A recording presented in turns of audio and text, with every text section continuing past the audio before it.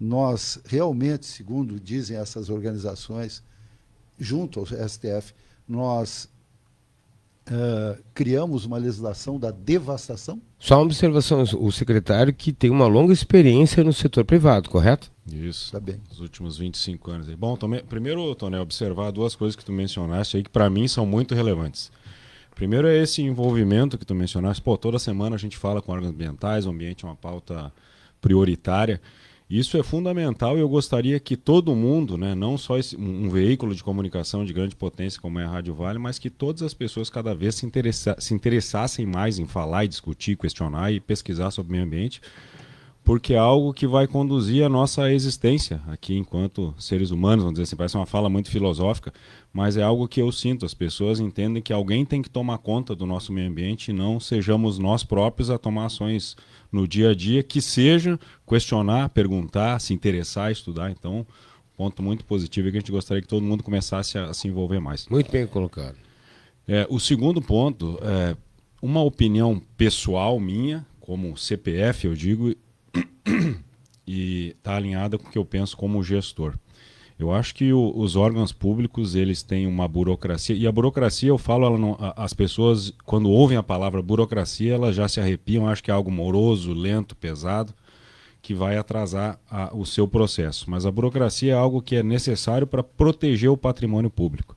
A nossa dificuldade, ela reside naquilo, e esse é o segundo ponto que tu mencionaste também, na dificuldade de fiscalizar. É uma máxima, a gente sabe que o Brasil tem lei para tudo, mas o nosso problema é fiscalização. Então, eu entendo, conhecendo algumas esferas do poder público, que a gente sim é burocrático demais em algumas coisas e também não tem capacidade de fiscalização. A Lei Geral do Licenciamento ela vem para facilitar alguns pontos, dar um pouco mais de agilidade e menos burocracia em alguns pontos, até porque ela foi estudada e construída por pessoas que estão vivendo isso, como o Limão falou há pouco, o tempo que eu estava trabalhando na iniciativa privada em produção de celulose, as pessoas estão estudando o meio ambiente e os seus impactos nas últimas 2, 3 décadas. Então, eu entendo pessoalmente como válida essa lei do licenciamento, mas se a gente não tiver uma estrutura de fiscalização, vai passar coisa errada sim, tá? Concordo contigo. Então a gente primeiro tem que arrumar a casa, perdão, garantir como é que vai fiscalizar todas essas nuances para então poder rodar, porque senão, se a gente não tiver como fiscalizar todos esses pontos, sim, nós vamos ter vulnerabilidades. Limão, e a tua pauta aí? O que mais me chamou a atenção são vários motivos. Eu também procuro fazer a minha parte, já vou limpar minha barra aqui com o secretário. Esses dias que a gente esteve conversando, eu peguei... Não, peraí um pouquinho. Tá demais essa grama aqui na minha rua, ali no bairro Soares, a rua Francisco José de Moura, que tem um campo enorme ali, que é difícil de cuidar. O campo em si tá muito bem, mas a rua, com essa época, chuva e calor, propicia que a grama cresça com uma velocidade espantosa. Então eu peguei a enxada, peguei a máquina de cortar grama, mais o aparador e estou quase no fim lá, mas fiz um esforço grande. E notei que os meus vizinhos também tomaram essa mesma iniciativa de limpar não apenas a calçada, mas também o meio-fio, e cada um foi até metade da rua e a rua está ficando muito bonita. É um costume que quando eu era criança, eu me recordo da minha finada mãezinha, dona Hilda Silva de Lima, que Deus a tem, que faleceu em 24 de dezembro de 2024, que eu ainda sinto muito saudade dela. Ela me ajudava no final de semana, a gente brincava, somos funcionários da prefeitura, porque antigamente o setor de parques e jardins era em torno de 35, 40 servidores, muita maioria já se aposentou-se ou até veio a falecer, que fazia essa limpeza, né, de praças, cortar grama, capinar meio-fio. E, no entanto, hoje é uma equipe pequena, porque uma secretaria nova. Certamente, me atrevo a dizer que o secretário não vai discordar de mim quando eu disser que o ideal se pudesse ter o triplo de servidores na Secretaria de Meio Ambiente, porque são muitas funções. E a fiscalização, se tu vê um pátio mal capinado, tu tem que reclamar onde? Não é no meio ambiente. É, na Secretaria de Posturas. Em alguns casos, a Secretaria de Meio Ambiente, os servidores podem interferir e depois cobrar, em algum caso, muito. Apesar, também temos até a redução da dengue, que muita gente acha que está nos terrenos baldios, mas a maioria dos casos está nos pátios das casas, porque o mosquito precisa de sangue.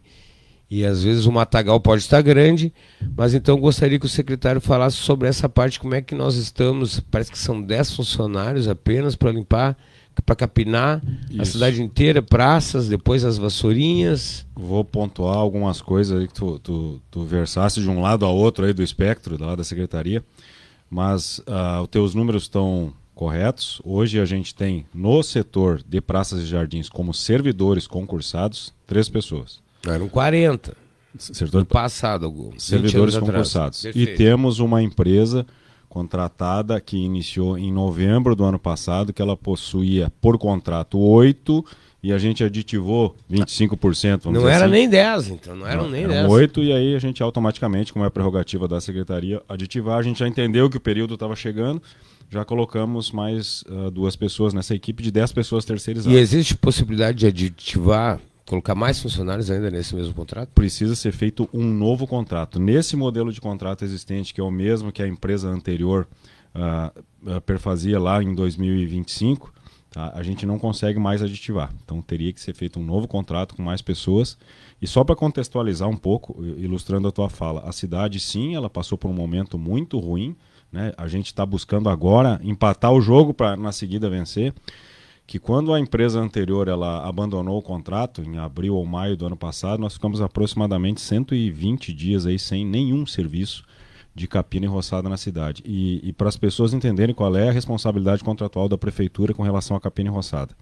Praças, e Cachoeira tem 45 praças oficiais, então tudo o que a gente conhece aí de campinho, de parque, das áreas nos bairros. 45 praças. 45 praças na cidade, e só lembrando as principais aqui, são praças muito grandes, né, que você pega desde a Matriz até a Caixa d'Água, do Cândido, são praças de área territorial muito grande. Nos anos recentes agora se incorporou a Pracinha da Soares também, quando o pessoal vai trabalhar ali, são pelo menos 2 dias que eles levam para fazer, essas 10 pessoas. Ele é só grama, né?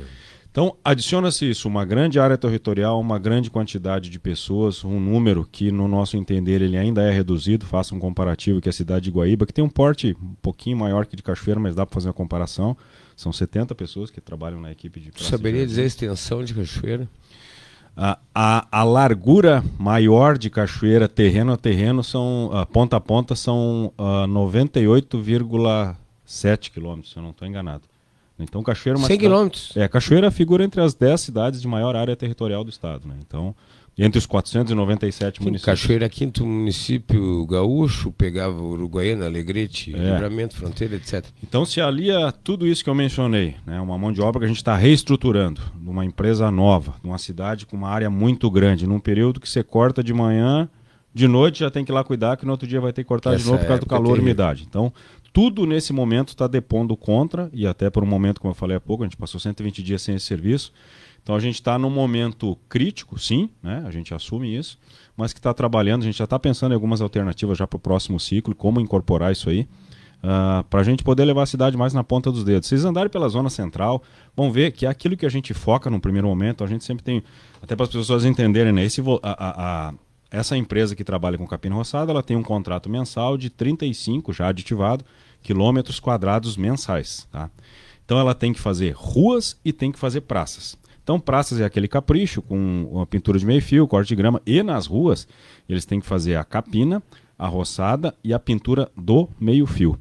A responsabilidade sobre a calçada, a limpeza, aqueles matinhos, capinzinhos, insos que ficam na calçada, é do proprietário. Tem uma outra linha aí, tá? Mas as árvores que a prefeitura às vezes corta árvores em cima de calçada. Sim, por uma questão de segurança, a prefeitura tem a prerrogativa de intervir quando necessário, ou quando protocolado, ou um pedido da RGE, em árvores que estão na calçada. Mas a zeladoria... Desculpe, perdão. Só para finalizar. A zeladoria da calçada, ela é do proprietário. Meio fio, cordão, limpeza de boca de lobo, tudo isso está no contrato dessa empresa. E se um vizinho quer denunciar o outro caminho, é o setor de posturas. O pessoal confunde um pouco, quando tô com o terreno alto aqui, o vizinho não corta minha grama e manda o protocolo lá para a secretaria.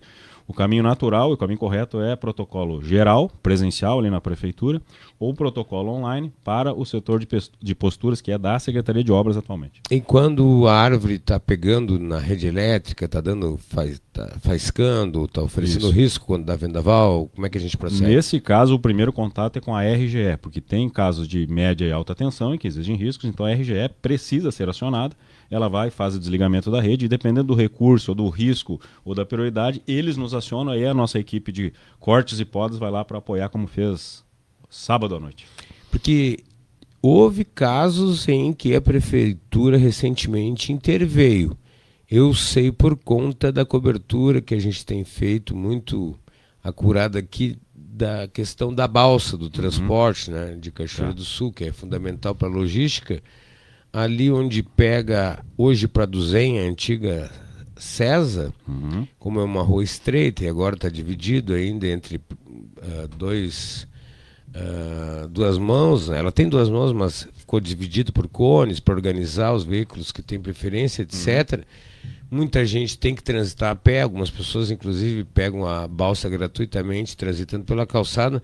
Houve uma intervenção da prefeitura, foi ou cobraram da empresa? Como é que foi a situação ali? Houve três, vamos chamar assim, Operação Ponte Fandango, né? Houve 3 pontos de intervenção da Secretaria do Meio Ambiente nessa operação. Um foi no final da Rua Esperanto, então para quem não conhece, descendo o presídio, segue até lá embaixo. Algumas podas para melhorar a iluminação, pois dali parte um barco que leva as pessoas de empresas privadas para atravessar a balsa, que por esse barco contratado por elas, e do outro lado elas pegam ônibus e vão trabalhar para quem está na 153. Primeiro na Esperanto, então. Então o primeiro ponto foi ali na Esperanto, podas menores ali. O segundo ponto foi, para quem conhece ali a chegada da Moron na Praia Velha, um triângulozinho, que tem alguns engazeiros e alguns salsos chorões ali. Licenciamento ambiental vai ser Esse foi um pedido da empresa, porque hoje estamos com o rio com o leito baixo na seca, mas a gente tem certeza que daqui a pouco, maio, junho, vai chover, o rio vai encher e o nível do rio vai subir, a balsa vai precisar atracar num ponto mais alto da Moron. Então já preventivamente a gente foi ali e fez o início da retirada daqueles engazeiros. Início é porque então será necessário ainda Sim, a gente mais intervenção da prefeitura. São 12 pequenas árvores ali que a gente vai precisar finalizá-las para que a balsa, quando o rio suba, ela tenha condição de atracar e não pare o serviço. Árvores nativas, no caso. O engazeiro, ela é uma árvore nativa, mas ela não é uma árvore protegida. E por que a gente interviu ali com a maior segurança, a maior tranquilidade possível? Há um decreto do prefeito, 2025, especificamente autorizando a supressão vegetal e a intervenção específica nos 2 pontos de atracadores. Tá, esse não é do Balardim, esse decreto. Esse decreto é do prefeito Balardim de 2025.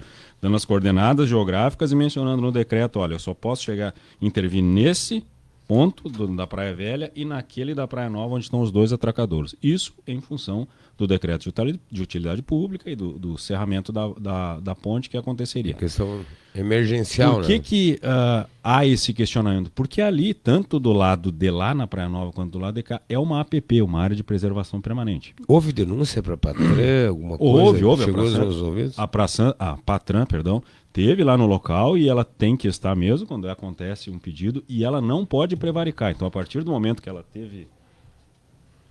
esteve no local fiscalizando, ela tem que fazer uma notificação daquilo que ela viu, ela entra em contato conosco, ela notifica o Ministério Público vai nos perguntar e a nossa responsabilidade é apresentar tanto o decreto de utilidade pública, perfeito, tanto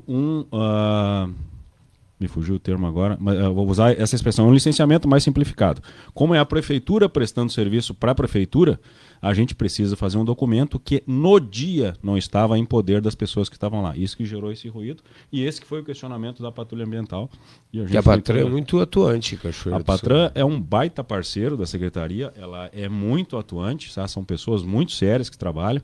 Então eles mais uma vez fizeram o trabalho que eles precisam fazer, que é ir lá, fiscalizar, notificar, seja quem for, seja prefeitura, seja privado, seja quem for. Sem nesgas e sem rusgas. Sem nenhum problema. Tudo no profissionalismo. Cada um no seu quadrado. É isso aí. E aí, do lado de lá, no atracadouro, na margem da Praia Nova, também será necessária a retirada de mais árvores? Não. Nesse ano, vamos dizer assim, não. A princípio, não. A área lá está bem trabalhada já desde da outra intervenção. Teve um outro licenciamento anterior à nossa gestão que foi feito, que ele cobriu exatamente aquela construção que está lá para fazer o atracador. Então não tem nada irregular. Perfeito. E sobre um projeto do governo do estado, agora me faltou a memória, 1 milhão, 1,5 milhão, que foi exatamente. Porque aquilo ali eu acompanhei muito, eu trabalhei 4 anos no setor de habitação e por determinação do Ministério Público eu tive que catalogar famílias. Na subida do Alto do Amorim, à esquerda, tem uma rua ali, eu confesso que não me lembro o número, ou o nome, perdão, mas acho que tinha um número de umas 20, 30 casas que o barranco foi ruindo, foi comendo, vamos dizer assim, numa expressão mais popular. E o que aconteceu? Eu vi, depois da última super enchente, essa que cobriu o leito da ponte, né, que inclusive motivou o alteamento em mais de 3 metros, né, Tânia? Confere na ponte que nós estamos agora com ela interditada em razão disso. Eu fiquei espantado assim, com o que alargou aquilo ali e o canal passou a correr para o outro lado de tanto lixo, de tanto movimento de terra que teve ali, correto? Correto. Para quem conhece a área ali, descendo a São Felipe, lá no final da São Felipe. Pelo lado da Cristo Rei, na Cristo Rei, eu vou começar por ali, que foi por ali que começou o trabalho, né? O rio, em função do sobe e desce e do carreio de todo o material orgânico que desceu do Amorim ali em direção ao rio. E lixo também, imagino, resíduos também. Bastante lixo, mais na parte alta da cidade, vamos dizer assim. Lá no fundo foi a boca de areia, galho, terra, pneu, material alguma coisa orgânico. Assim. Enfim, isso aí tudo deslocou ao longo dos anos, deslocou e estrangulou o leito do Amorim pro lado cidade, vamos dizer assim. Antes ele corria pelo lado rio.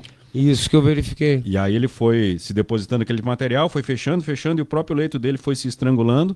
E quando você estrangula uma vazão d'água, ela aumenta a sua velocidade. Toda vez que... É igual se apertar a ponta de uma mangueira. Dá uma molhando, enxurrada. apertou, o jato vai lá na frente e aumenta a velocidade, mesmo sem aumentar a pressão. O que acontece nos casos? Cada chuva, por menor que fosse, isso a gente tem visto agora recentemente. O espaço estreito, velocidade alta, ele bate direto com uma velocidade alta naqueles barrancos que estão ali. Então todo evento de chuva... A pressão é muito maior. Então havia e há uma necessidade premente da gente trabalhar com desassoreamento. A Prefeitura Municipal, obviamente, não tem recurso para atuar domingo a domingo com 2 máquinas, como as pessoas do programa de desassoreamento estão trabalhando. Do estado aqui, né? Vou explicar o que a gente fez então. Nós qualificamos, né, na segunda rodada. A primeira rodada já poderia ter sido qualificada no ano anterior à nossa gestão, mas não sabemos os motivos, o pessoal não conseguiu se qualificar. Então, uma das diretrizes do prefeito nesse ano foi assim, vocês corram lá e tragam o desassorear para a Cachoeira. Então, junto com a secretária Paola, a gente correu e estudou o material para enviar para poder se habilitar, e a gente conseguiu ser habilitado numa das cidades beneficiadas, e Cachoeira, neste momento, recebeu R$1,5 milhão em horas máquina. Então, Cachoeira se qualifica, o governo do estado bota esse dinheiro na conta do consórcio, que atua em todo o estado, e aí com base nisso, esse HH, essas horas máquinas, você tem um volume mais ou menos que eles já têm experiência para dizer, e em Cachoeira são 17 mil metros cúbicos que eles têm que retirar nessa primeira rodada. Então as atividades começaram lá, como eu digo, na boca do Jacuí, lá na Cristo Rei, da São Felipe. Esse primeiro volume ele vai atender até a ponte do Amorim, ali um pouco abaixo da Fena Rosa, ao lado do DVS. Então essa primeira rodada vai ser ali. E quem tiver curiosidade para ver o trabalho do pessoal vai ver que eles praticamente reconstruíram todo o leito desde a boca do Jacuí e estão a 70% do trabalho feito. Devem trabalhar, acredito que mais umas 3 a 4 semanas ainda, em função das chuvas que teve alguns dias. Nessas chuvas que a gente já teve, depois que o trabalho iniciou, você já vê qual é a eficiência daquele trabalho, né? Você vê a água correndo com uma absoluta tranquilidade ali, sem nenhum risco, sem uma velocidade aumentada. Então é algo que, para a gente que está aqui na gestão, só fica a certeza que temos que continuar. E aí vocês podem perguntar, tá, mas aí como é que... Vamos seguir? Sim, é necessário que a Prefeitura envie um comunicado à SEDUR solicitando a extensão do contrato, até porque a gente tem que ter atenção, porque o Desassorear, que é um programa do governo do estado, ele surgiu lá após as cheias de 2024 e ele tem um prazo de validade de 2 anos, né? Então está se estudando a extensão desse programa, dada a necessidade, não só de Cachoeira, mas de todo o estado. As máquinas que vieram para Cachoeira, por exemplo, vieram de Igrejinha, uma cidade também que é bastante afetada ali no Vale do Paranhana, sofreu, e estão trabalhando ali desde os primeiros dias pós-cheia. Já estavam lá há bastante tempo e agora estão aqui conosco. Bom, nós estamos conversando com o secretário do Meio Ambiente, André Silveira, de Cachoeira do Sul. Nós vamos aos patrocinadores e depois vamos falar do SEMPRA, que é o Centro de Proteção Animal de Cachoeira do Sul. Já voltamos.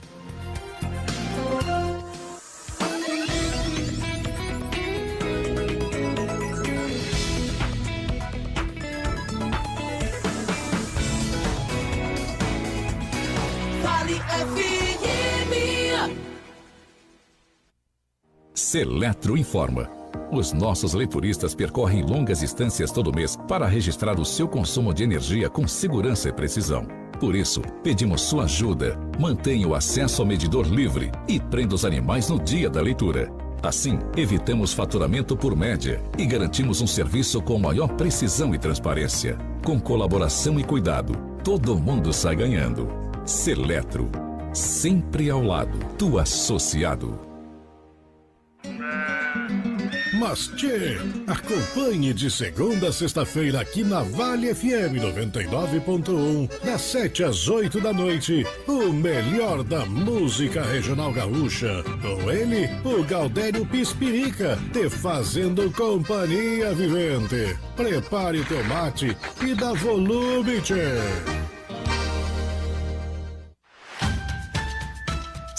Vale FM no Instagram, @Rádio Vale FM _99.1. Vale FM, uma rádio para toda a família. Você está ouvindo Vale Informação. 8 minutos, obrigado pela sua audiência. Estamos aqui com o secretário do Meio Ambiente, André Silveira, e a provocação agora é o Centro de Atendimento dos Animais lá em Três Vendas. Muito bem. O SEMPRA, ele é um departamento da Secretaria do Meio Ambiente. A Secretaria do Meio Ambiente, até para as pessoas saberem, existem 10 departamentos e um deles é o SEMPRA, que cuida da causa animal e das questões animais. O Canil Municipal lá das Três Vendas, ele foi criado em 2014 por uma decisão judicial para que a Prefeitura absorvesse todos os animais que estavam sob cuidado de algumas pessoas defensoras da causa e que não estavam mais tendo condição de intervir.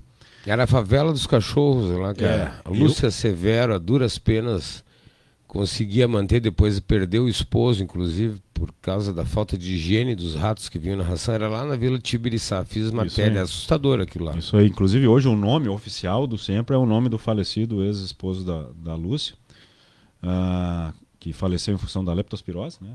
Exatamente. E a Lúcia, inclusive, trabalha conosco até hoje, né? Ela que é uma abnegada dessa causa. Porém, né, como eu sempre digo, hoje temos em torno de 230 cães, né, lá fora, lá no Canil das Três Vendas. Temos mais 6 equinos e um burro também. E aqui no DVS, que é uma parceria, uma divisão que a gente tem com a Secretaria de Saúde, com o Centro de Zoonose, temos sempre em torno de 17, 20, 25, dependendo da época do ano aqui embaixo. E pode adotar os cavalos e o burrico? Todos os animais lá estão disponíveis para adoção. Então, falar só um pouquinho sobre o SEMPRA. Hoje, nesses 14 anos, ele havia evoluído pouco, como você mencionou aí. Eu, logo que cheguei, eu disse, pô, isso aí parece Auschwitz, né? Porque é um local sem muitas condições salubres, onde os animais vão para lá praticamente para morrer. Não há um trabalho de adoção, não há um trabalho de qualificação daquele local. E, bom, já que existe essa dificuldade de adoção desses animais, que majoritariamente são adultos e idosos. Há cães que estão completando 17, 18 anos, né, ainda lá, que estão lá desde o primeiro dia de fundação. Tem atendimento veterinário, a Prefeitura fornece? Tem atendimento veterinário. Desde 2021 não existia profissional veterinário habilitado para atuar no canil, e no ano passado a gente contratou a doutora Ana Júlia, que ela é pequena no tamanho, mas gigante no corre, como eu digo para ela, assim, ela é uma ótima profissional. A gente trabalha muito. Acertou na mosca trabalhando, contratando a doutora Júlia. E desde então a gente já fez várias melhorias, né? Primeiro, a própria contratação dela para poder dar esse atendimento para os animais. Lógico, a prefeitura não tem uma clínica veterinária animal. Então, se o cachorro quebrou a perna, foi atropelado Isso a gente não tem como atender. Por isso que sempre se recomenda que procure clínicas privadas, apoio de ONGs, enfim. Mas a prefeitura não dispõe desse atendimento. Isso é uma crítica que a gente sofre, né? O órgão público, a secretaria sofre, e é uma crítica justa. Tanto que estamos com um edital em andamento para a contratação de HH em clínicas da cidade. Para que as pessoas, quando precisem desse atendimento, e a tendência é que seja tal qual as adoções gratuitas, né? Que a gente já fez mais de 1.300 adoções aí, desde que assumiu a gestão até agora.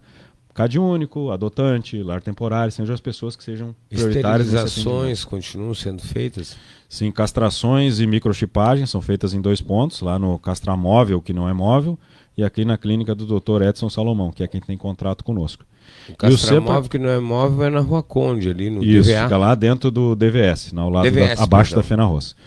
Isso, então, o SEMPRA, nesse último ano, a gente fez melhoria naquelas baias que estão lá, as baias de madeira. A gente, através de uma parceria, não vou dizer nem público ou privado, foi uma doação que a gente recebeu de um grupo de pessoas que gostam dos animais e viram credibilidade naquilo que a gente estava fazendo. Que legal. Nos doaram a finalização de uma obra que comporta 80 animais. Então, um canil, um módulo de material, coisa de primeiro mundo, vou dizer assim, com todo o requisito sanitário, qualidade, material de limpeza.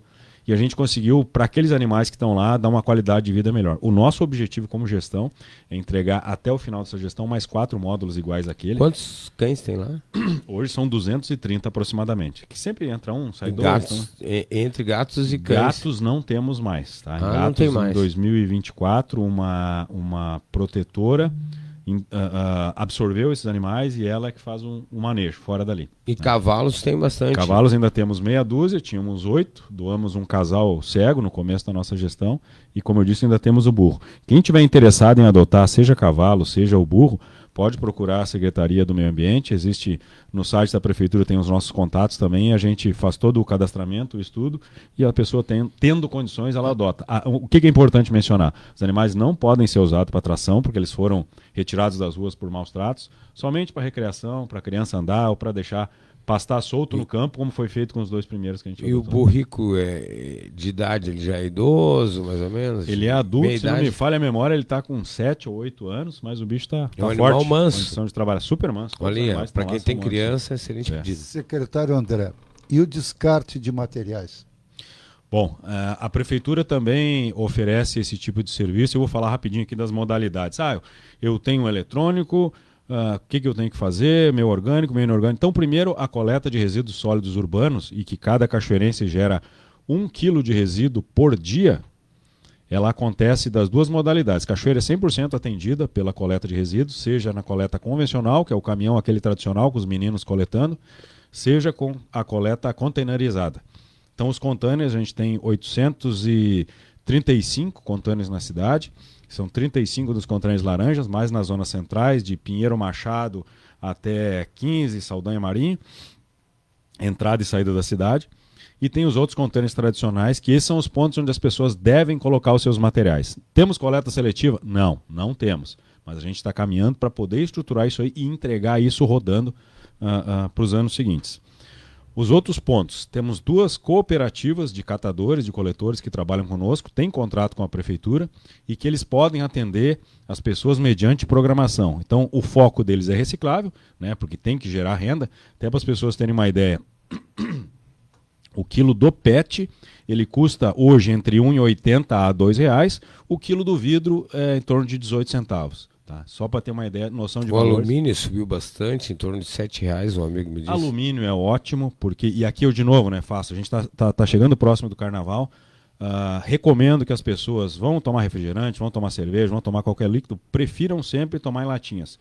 É mais seguro, porque não tem o vidro, é mais fácil de reciclar. O alumínio é o material que é 100% reciclável no Brasil inteiro, então tudo se recicla, e ele tem um valor agregado alto, é importante para as cooperativas, e os lacres, eles servem também como benefício para trocar por cadeira de rodas, por ações sociais, por ação...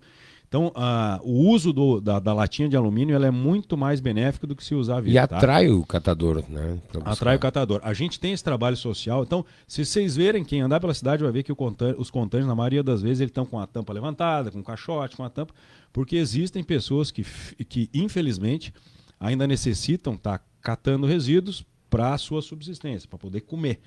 Então, é nosso papel ajudar essas pessoas.